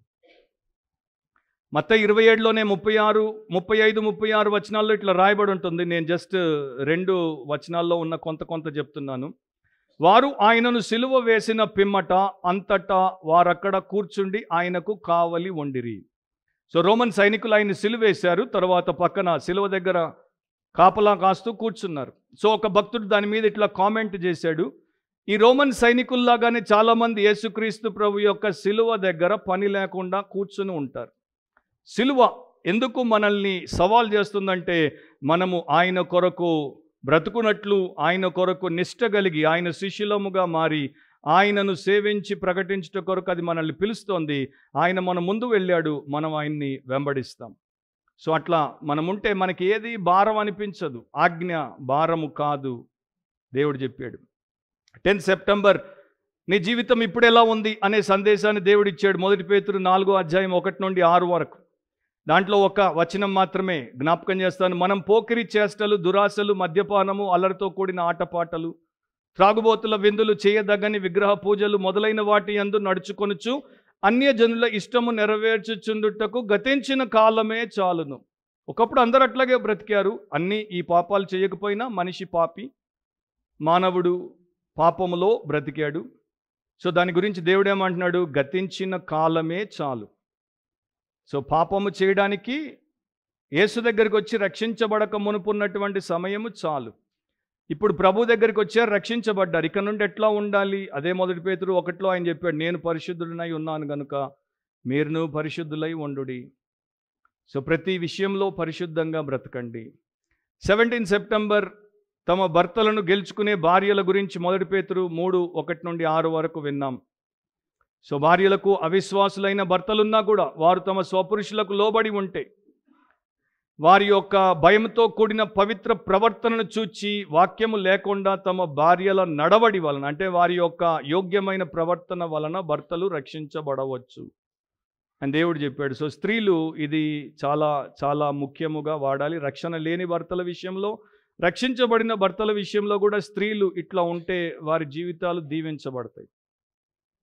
24 సెప్టెంబర్న తమ భార్యలను గౌరవించే భర్తల గురించి విన్నాం మనం. 1 పేతురు 3:7లో, అటువలనే పురుషులారా, జీవమను కృపావరంలో మీ భార్యలు మీతో పాలివారై ఉన్నారని ఎరిగి ఎక్కువ బలహీనమైన ఘటమని భార్యను సన్మానించి మీ ప్రార్థనలకు అభ్యంతరము కలగకుండానట్లు జ్ఞానము చొప్పున వారితో కాపురము చేయుడి. అండ్ భార్య ఆ పని 1 వంతు చేస్తే భర్త ఈ పని 4 వంతులు చేయాలి. ఎందుకంటే husband is more responsible. Husband is the head of the family of the home, కనుక husband is more responsible. So ఈ మెసేజ్ 24 సెప్టెంబర్న, అంతకుముందు భార్యలకి 17 సెప్టెంబర్న నేను ఇచ్చాను. దాని తర్వాత కొన్ని ఫ్యామిలీస్ వచ్చాయి, మన చర్చ్ ఫ్యామిలీసే, వారికి ఉన్న తగాదాలను నేను పెద్దలు సరిచేయాల్సి వచ్చింది. అంటే విని ఏమి చేశారు అన్నది ప్రశ్న కదా. మరి టీచర్ అంటాడు, నీకు రోజు క్లాస్లో ఇంత నేర్పించాను, నీతో హోంవర్క్ చేయించాను, నీకు అసైన్మెంట్ ఇచ్చాను, నీకు టెస్ట్ పెట్టాను, అయినా ఏంట్రా నువ్వు దద్దమ్మలాగా ఇట్లాగే ఉన్నావు, ఎక్కడ చూసినా కూడా నువ్వు ప్రతి దాంట్లో వెనకబడి ఉంటావు. టీచర్కి సంతోషమా బాధ? మీరు ఒక ఎంప్లాయీని చేర్చుకుంటారు, 6 months వారికి ట్రైనింగ్ ఇచ్చి ప్రమోషన్లో వారికి జీతం ఇస్తారు, అయినా వాడు ఎదక్కపోతే మీకు బాధ సంతోషమా? కొంతమంది తల్లిదండ్రులు అంటుంటారు పిల్లల్ని, నువ్వు ఎందుకు పనికిరావు, నాకెందుకు పుట్టావు అని. ఎందుకంటే వాళ్ళ ఆశ ప్రకారం వారు ఎదగట్లేదు కనుక. మరి దేవుడి సేవకుడు ఆయన స్వంత స్వార్థం కోసం కాదు కానీ దేవుడి మహిమ కోసం, వారి మేలు కోసం వారిని తప్పకుండా రివైజ్ చేసుకునేటట్టు, వారి జీవితం ఎట్లా ఉందో చూసుకునేటట్టు ప్రేరేపించాలి కదా. 1 అక్టోబర్ నీ తల్లిదండ్రులను సన్మానించుము అనే సందేశాన్ని దేవుడు మనకి ఇచ్చాడు. ఎఫెసీ పత్రిక 6వ అధ్యాయం 1 నుండి 3. అక్టోబర్లో ఉన్నాం, తొందరపడద్దు, డిసెంబర్ వచ్చేస్తుంది. అండ్ రీసెంట్గా ఇచ్చిన మెసేజెస్ గురించి నేను అంత రివ్యూ చేయాల్సిన అవసరం లేదు, ఎందుకంటే ఇవన్నీ మీకు ఇంకా గుర్తు ఉండాలి. అవంటే ఎప్పుడో అయిపోయినట్టుంది కనుక మర్చిపోయి ఉంటారు. సో తల్లిదండ్రులకు ప్రభువునందు పిల్లలు విధేయులై ఉండాలి, ఇది ధర్మం అని చెప్పాడు. This is the right thing అని దేవుడు అంటాడు. నీ తల్లిని నీ తండ్రిని సన్మానించు. నీకు వివాహం అయ్యేంత వరకు నీవు నీ తల్లిదండ్రుల అధికారం కింద ఉన్నంత కాలము నీకు వారు పెద్దలు కనుక వారిని గౌరవించు, సన్మానించు, వారికి విధేయత చూపు. నీకు వివాహమై నీ కుటుంబం ఏర్పడితే అప్పుడు కూడా నీ తల్లిని తండ్రిని సన్మానించు, వారి సలహాలు వాక్యానుసారంగా ఉంటే పాటించు, లేకపోతే మర్యాదగా వారికి సత్యం చెప్పు. 5th మన యానివర్సరీ, దాంట్లో ప్రభువులో ఏకత్వం అనేటువంటి సందేశాన్ని విన్నాం. శరీరం ఒక్కటే, ఆత్మయు ఒక్కడే, ఆ ప్రకారమే మీ పిలుపు విషయమై ఒక్కటే నిరీక్షణ అందుటకు పిలువబడుతుంది. ప్రభు ఒక్కడే, విశ్వాసం ఒక్కటే, బాప్తిస్మం ఒక్కటే, అందరికీ తండ్రి అయిన దేవుడు ఒక్కడే. ఆయన అందరికీ పైగా ఉన్నవాడై అందరిలోనూ వ్యాపించి అందరిలో ఉన్నాడు. ఎఫెసీ పత్రిక 4:4 నుండి 6 వరకు మనం విన్నాం. లూసియానో డి క్రెషెన్జో అనే ఒక భక్తుడు అంటాడు, ఇటాలియన్ భక్తుడు, మనమందరము ఒక రెక్క విరిగిపోయినటువంటి దూతల వంటి వారము, మనకి ఒకరితో ఒకరు సంబంధము కలిగి ఉంటేనే ఎగురగలము. సో ఒక రెక్క విరిగిపోయినటువంటి దూతల లాంటి వారం, మనకి ఇతరుల సహకారం అవసరం. ఒంటరిగా క్రైస్తవులు బ్రతకలేరు. 12th November Christian life progress, క్రైస్తవ జీవిత పురోగతి గురించి మనం విన్నాం. కొలసి పత్రిక 2:6-7 వచనాలు. దాంట్లో చాలా చక్కగా ఇంటి వలె కట్టబడమంటాడు, మీరు నేర్చుకున్న ప్రకారం విశ్వాసమందు స్థిరపడమంటాడు, కృతజ్ఞతాస్తుతులు చెల్లించుట్లో యేసుక్రీస్తునందుండి నడుచుకోమంటాడు. ఈ మధ్య నేను ఒక చోట కొందరిని కలిశాను. దాంట్లో ఒకరిద్దరు నాతో ఇట్లా చెప్పారు, బ్రదర్ 30 years నేను గవర్నమెంట్, సెంట్రల్ గవర్నమెంట్ ఉద్యోగం చేశాను బ్రదర్, ఇల్లు కట్టాను బ్రదర్, పలానా చోట 2 ప్లాట్లు కొన్నాను బ్రదర్, పిల్లలందరికీ పెళ్ళిళ్ళు చేసేసాను బ్రదర్, అక్కడక్కడ నాకు నా భార్య కోసం రిటైర్మెంట్ తర్వాత ఇన్వెస్ట్మెంట్లు చేశాను బ్రదర్, అంతా బాగుంది. మీరు ఎప్పుడు క్రిస్టియన్ అయ్యారు అంటే ఎన్నో సంవత్సరాల క్రితం అన్నాడు. ఇన్ని పెట్టుబడులు దీంట్లో పెట్టారు, అవన్నీ కూడా బాగానే పెంచుకుంటూ వస్తున్నారు, మంచి తెలివి కలిగిన వాళ్ళు. కానీ అసలు క్రీస్తునందు మీరు ఎంత లోతుగా పోయారు, ఎంత పైకి ఎదిగారు, ఎంత కట్టబడ్డారు, ఎంత విస్తరించారు అని అడిగితే తెల్లముఖం పెట్టాడు. సో మనము ఎక్కడ ఎదగాలి, ఎక్కడ పురోగతి చెందాలి దేవుడు మనకు చెప్తున్నాడు. అట్లా లేకపోతే 19 నవంబర్ దేవుడు మనతో మాట్లాడాడు. యాకోబు 4:1-6 దేవుడితో వైరం. ఎంతసేపు లోకంలోనే మీరు పాతుకుని ఉంటే వ్యభిచారులారా, ఈ లోకం స్నేహము దేవునితో వైరమని మీరు ఎరుగరా, కాబట్టి ఎవడు ఈ లోకంతో స్నేహము చేయగోరనో వాడు దేవునికి శత్రువగును. అది మనం విన్నాం, హెచ్చరిక. 26th November hell is real, నరకము నిజము అనే ఒక సందేశాన్ని, గంభీరమైన సందేశాన్ని దేవుడు మనకిచ్చాడు. సో ఆ సీక్వెన్స్ కూడా చూడండి, నేను ఎక్కడ కూడా ప్లాన్ అయ్యలేదు, నేను ఓన్లీ ప్రార్థన చేసేవాడిని. నీ సంఘానికి నేను ఏమి సందేశాలు ఇవ్వాలో ఇవ్వమంటూ నేను అడుగుతూ వచ్చాను, దేవుడు ఇస్తూ వచ్చాడు. కానీ మీరు తర్వాత సీక్వెన్సింగ్ని చూడండి, దేవుడు సంఘాన్ని ఎట్లా సిద్ధపరుస్తున్నాడు. ఇక డిసెంబర్లో 3rd మనము ఒక సిరీస్ మొదలుపెట్టాము, wise heads and warm hearts. అంటే వివేకము గల మనస్సులు, వెచ్చని హృదయాలు. దాంట్లో ఆరాధన అంటే ఇది. 10th డిసెంబర్న పని అంటే ఇది.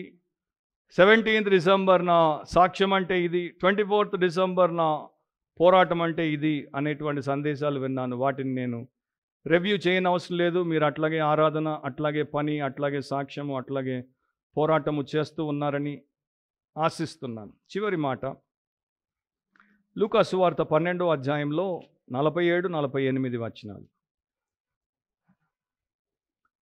గంభీరమైన మాటలు, జస్ట్ చదివేటప్పుడే జాగ్రత్తగా వినండి, ఎక్స్ప్లెనేషన్ ఉండదు. ప్రభువే చెప్పిన మాటలు, యేసు ప్రభు నోట్లో నుండి వచ్చిన మాటలు ఇవి. తన యజమానుని చిత్తమెరిగియుండియు సిద్ధపడక అతని చిత్తము చొప్పున జరిగింపక ఉండు దాసునికి అనేకమైన దెబ్బలు తగులును. తన యజమానుని చిత్తము ఎరిగియుండియు సిద్ధపడక అతని చిత్తము చొప్పున జరిగింపక ఉండు దాసునికి అనేకమైన దెబ్బలు తగులును. సో 47 ప్రకారం 46 మెసేజెస్ ఈ సంవత్సరం మనం విన్నాం.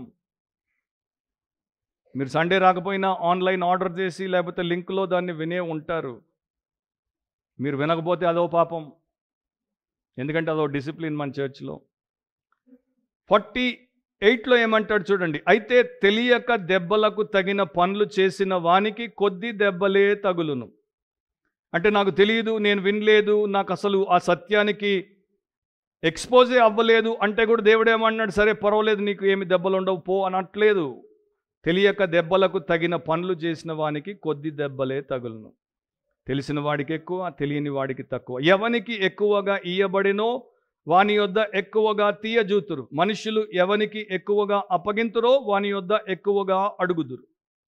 సో దీన్ని మనం మర్చిపోవద్దు. ఇది యేసుప్రభు చెప్పినటువంటి మాట, అది హెచ్చరిక మాట. బ్రిటిష్ సేవకుడు జార్జ్ డంకన్ ఆయన పేరు. ఆయన ఒక చోట మెసేజ్ ఇచ్చినప్పుడు ఈ మాట చెప్పాడు. బైబిల్లో 6 పదాలు ఉన్నాయి, ఇంగ్లీష్లో 6 పదాలు ఉన్నాయి, అవి మన జీవితంలో నెరవేరుతాయి అన్నాడు. నెరవేరుతాయి. 6 పదాలు ఏంటంటే, for me to live is Christ, నా మట్టుకు బ్రతుకుట క్రీస్తే. సో ఆయన దాన్ని ఇట్లా విభజించాడు. ఫర్ మీ అనేది పర్సనల్, టు లివ్ అనేది ప్రాక్టికల్, ఈస్ క్రైస్ట్ అనేది పాసిబుల్. మరొకసారి చెప్తాను. For me is personal, to live is practical, like Christ or is Christ is possible.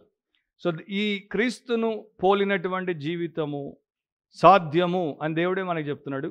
So మనం కృపచేత రక్షించబడ్డాం, కృపచేతనే రూపాంతరపరచబడతాం. అండ్ దేవుడు ఆ కృపను మనకు మెండుగా ఇవ్వడానికి ఎప్పుడూ సిద్ధమే.